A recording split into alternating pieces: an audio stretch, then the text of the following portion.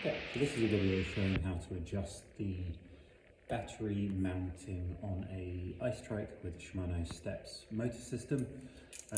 On this one, I have deliberately adjusted the battery mount so that it is very loose. So you can see here, I can move the battery mount with respect to the battery, and you get this movement in here.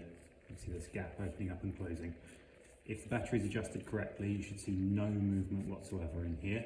It should be locked down tight against there when you fit the battery to the system.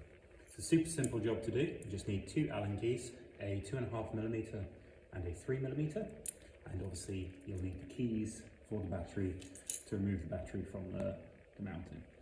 So first up, take the battery off,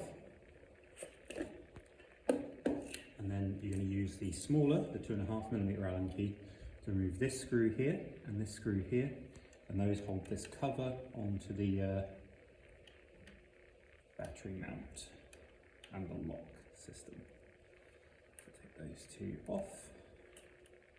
They're very small, so careful if you're doing this, you know, on gravel or on the carpet or anything like that, you don't lose them. They're also awkward to replace. So once you've got those two screws out, you can see the battery lock comes away. What I like to do is just drop the bolts back into their holes just so I don't lose them. And then you're going to take the larger of the two Allen keys, the 3mm Allen key, and you're going to use these two screws here to adjust the position of this lock mechanism on the slots that it's mounted on. So back those off, just half a turn. They should be nice and tight, so you can make sure you've got a good quality Allen key, you don't round the heads out. And now you can see there's all this adjustment available in the position of the lock. So what I like to do is start about halfway along that adjustment, and then I'll lock those down, and then we'll put the cover back on, and we will test that fitment with the battery again, and then we'll make small adjustments from there to get the battery position and the lock dialed in.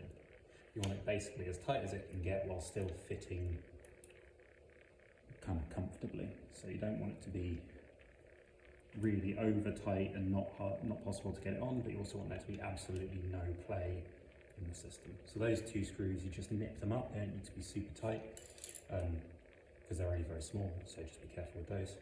Right, so once you've attached that back on, you can test the battery position.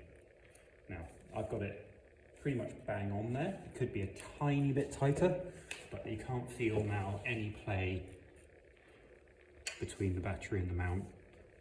There's no, when you rock the battery, the mounting moves with it.